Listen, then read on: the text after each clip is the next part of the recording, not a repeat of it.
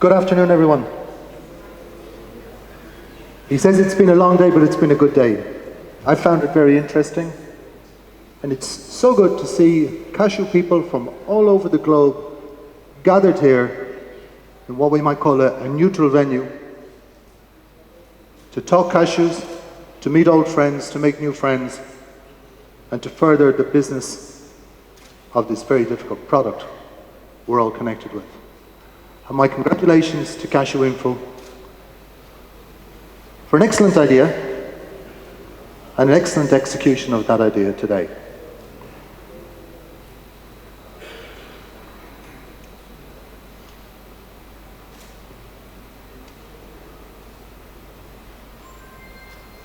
I guess everyone's fairly familiar at this stage with this chart. This is cashew kernels, W320s, FOB origin for the past 15 years. They say, may you live in interesting times. But it's not a greeting, it's a curse. And when we look at our industry and some of the events in recent years, we have lived in interesting times. I've been asked to talk to you about the outlook for the industry, particularly the outlook for prices in the short term and in the longer term. So what I'll try and do is I'll try and address the big picture. I'm not going to talk to you about prices this week, next week, next month. I'm going to talk to you about prices over the next 5 to 10 years. And the way I propose to do that is to answer some serious questions.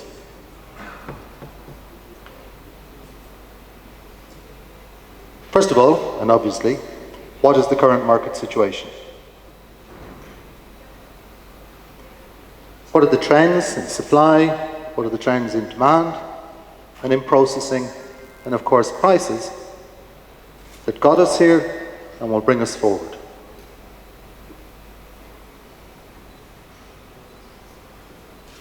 What are the key trends with consumers? What are the key trends in the market? What are the underlying causes of our woes, of our successes, of the growth that we're experiencing in this industry? We look at the outlook for 2015 and beyond, and we'll try and look particularly at the question, will price volatility return? Very important question for the future of our industry. And finally, we'll finish. I can only do one thing at a time. Maybe I can't talk and work. Here it is.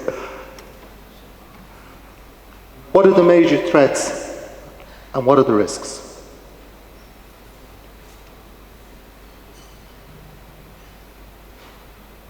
So let's start by looking at what I call the cashew fairground. This is the price trend for the early part of the last decade. As you can see,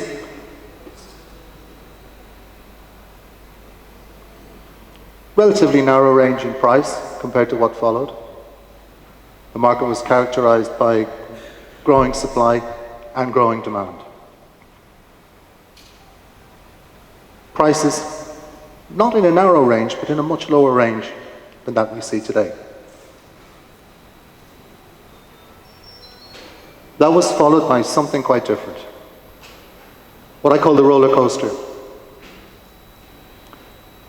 Characterized by volatile prices, minor problems with crops here and there, major problems with contracts everywhere, which we all experienced. I know. I think it took years off my life. And the current situation, relatively stable prices over more than 2 years, in a relatively narrow range of prices compared to what went before. We've been on the merry-go-round. We've been on the roller coaster, and now we're back again. So let's take a look at the three elements. We're going to look at consumption and demand, then we'll have a look at supply, we'll have a look at processing, And then we'll try and bring all of those things together to give us some medium to long-term outlook on this business of ours. This is the consumption chart over the last 15 years. As you can see, consumption has grown fairly rapidly. Consumption has in fact trebled in those 15 years. The speed of the growth in consumption has of course been dependent on the market conditions. So whilst we've always seen growth, we've seen growth at different rates. If we look back to 2004, we see fast growth, particularly driven by the US market and the famous Atkins diet in 2004. If we look at 2008, we see an entirely different scenario. Volatile prices, absence of growth, financial crisis, demand in Europe falling rapidly, demand everywhere, at best stuttering and stagnating in some places. We look at today, in 2014 we've seen growth in all of the major markets. Even the European market has returned to growth.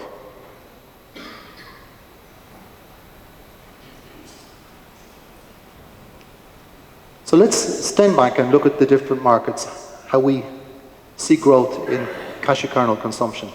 India, rapid growth.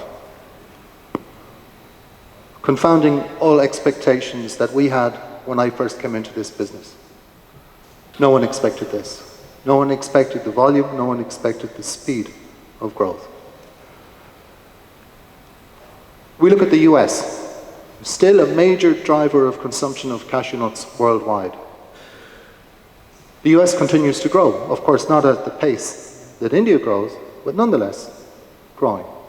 And in the last year, growing quickly. The much maligned European market, well, it's not doing so badly. Following rapid growth in the last decade, and certainly in the early part of the last decade, we saw a slowdown during the financial crisis, and 2008 to 2011 were very difficult times. Now we're seeing the European market grow again, driven by different things. Driven by changes in consumer trends, driven by the need for natural and healthy foods. We look at all the other markets. The Middle Eastern market continues to grow.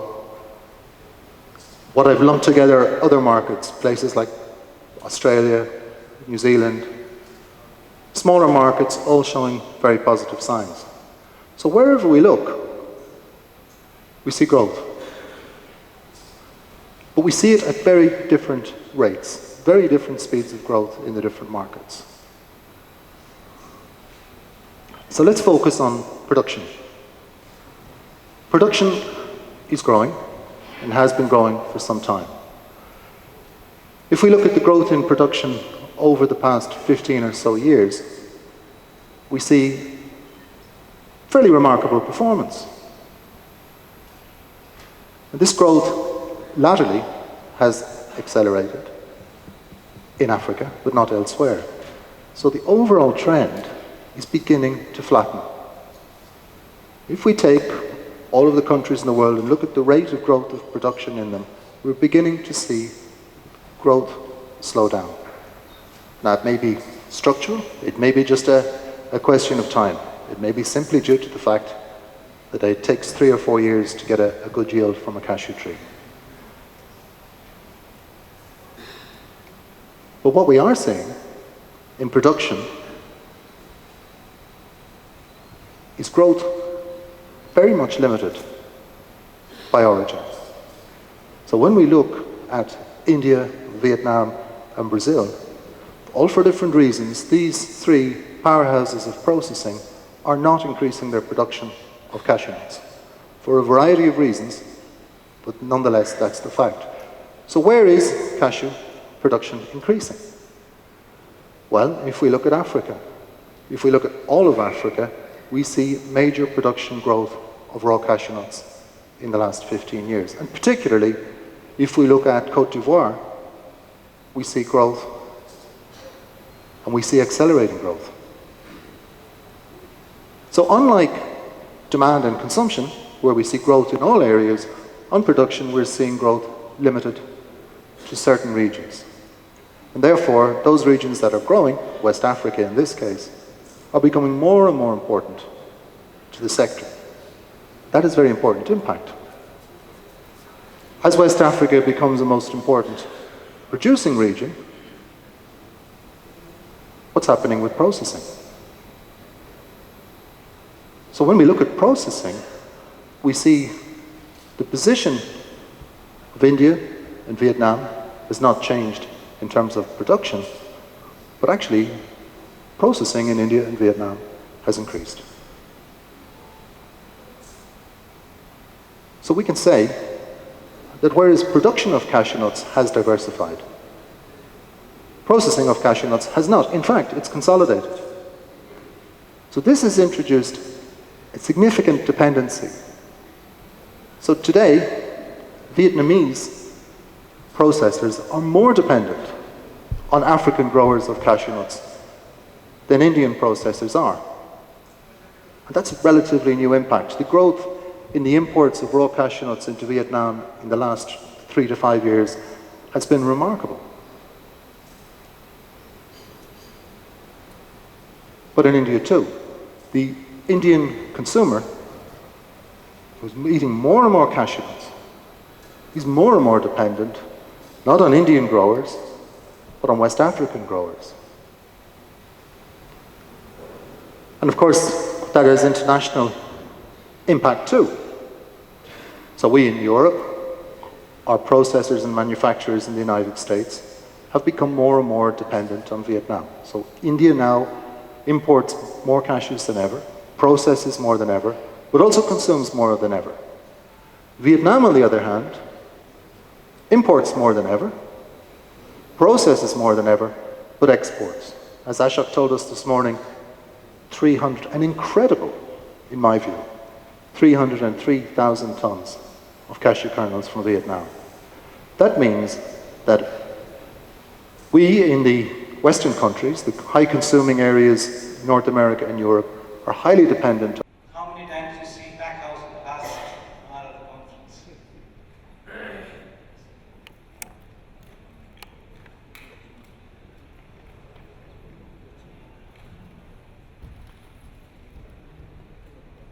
Thank you, sir, for your good presentation.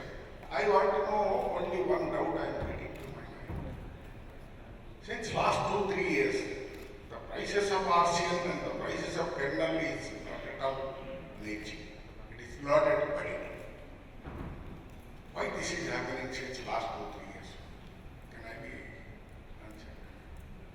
Thank you.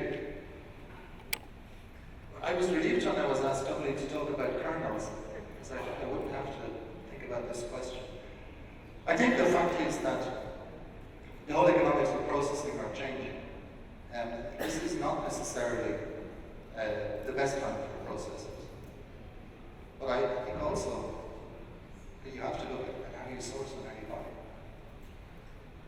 Many people have been telling me there's no parity. And whilst I'm not casting doubt on what you're saying, many people have been telling me there's no parity. Oh, it must be at least 25 years now. And many of them are telling me, yeah, we had a pretty good year last year.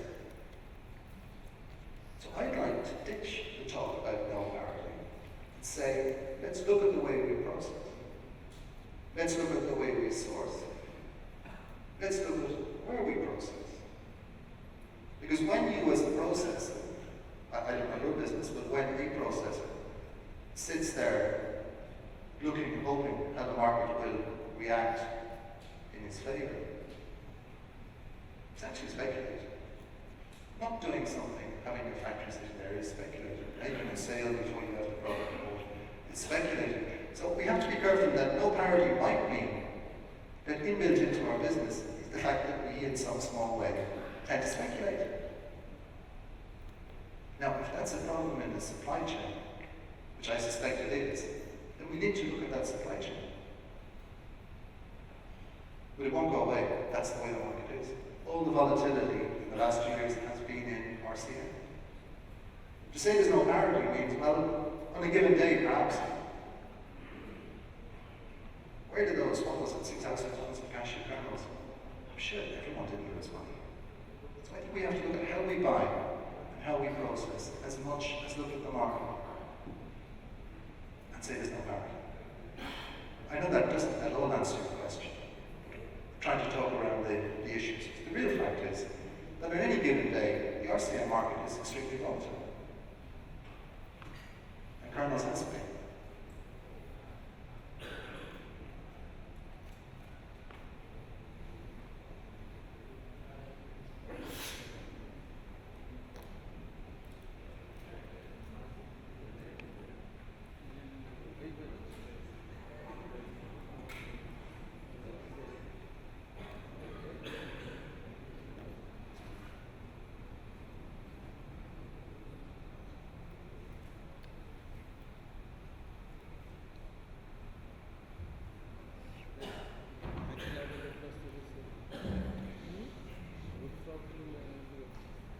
I'm Rajiv Kumar from Finance Experts.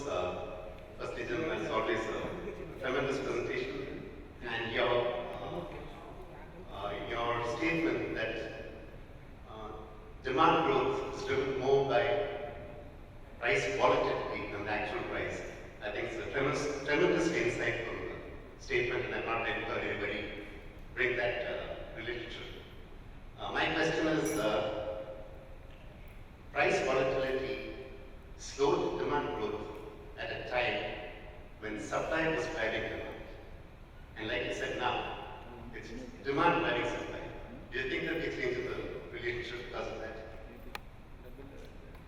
I think that the immediate future is demand driven. I think in the past we've seen the market react to restrictions in supply and prices tending to move up and down based on the supply. But I think now that it's much more demand driven. I think buyers have consolidated. I mean, if we look, that probably doesn't apply in India, but if we look in the US or if we look in Europe, we see fewer bigger buyers. Fewer bigger buyers generally means fewer bigger smarter buyers, buying more strategically, managing the market better. I think that's a factor. So, whereas we see underlying growth in demand, I think that the roasters and packers are much more tuned into their own customers and how their own customers will operate. And I believe that to convince them to much more follow buying patterns that are sympathetic toward the annual cashew supply. And I think that's got a lot to do with the stability that we've seen. I think also that I still walk around Seattle or look what's going on food ingredients, look at products that we thought were past history. I'm talking about things like linseeds, vegetables like kale, all making huge inroads based on their health perspective, based on the fact that the consumer feels they're buying a food that's good for them. This is happening faster and bigger than anyone expected. And I think we're in that game, and I think that's a primary part of the demand-driven supply from now on. This doesn't apply to RCM. I believe that RCM, as this gentleman I think was pointing out, RCM can go down when kernels go up and vice versa. The two are not necessarily closely linked. Eventually they find their way together, but they're up and down. So for me, if I wanted to find out what's the long-term future, I look at the demand, not so much at the supply.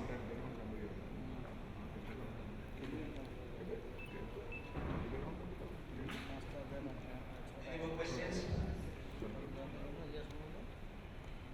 Thank you so much, Jim. It's been a remarkable presentation. We are much together. Thank you very much, everybody.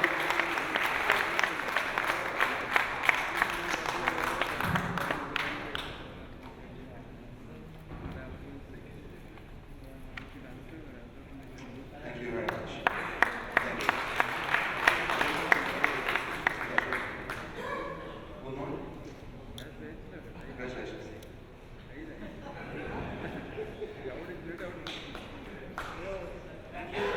Thank you all. Thank you all for wonderful support and what a wonderful audience you again. Thank you very much. With this, we come to the formal portion of the day one. We have a 7 o'clock, cocktail gala dinner at the poolside, sponsored by Rajkumar Enterprises. It's a very relaxed evening. We will have cocktail dinner and a small amount of function also waiting for you in the evening. Please join us at the poolside around 7 o'clock, starting around 7:30. It will be a cocktail followed by dinner. Tomorrow morning we will have a parallel session. We will not have the benefit of such a big hall. We will partition this hall. There will be parallel sessions and also YSL meet starting at 9:30 going on till 12:30. So have a pleasant evening and enjoy the rest of the evening. Thank you very much.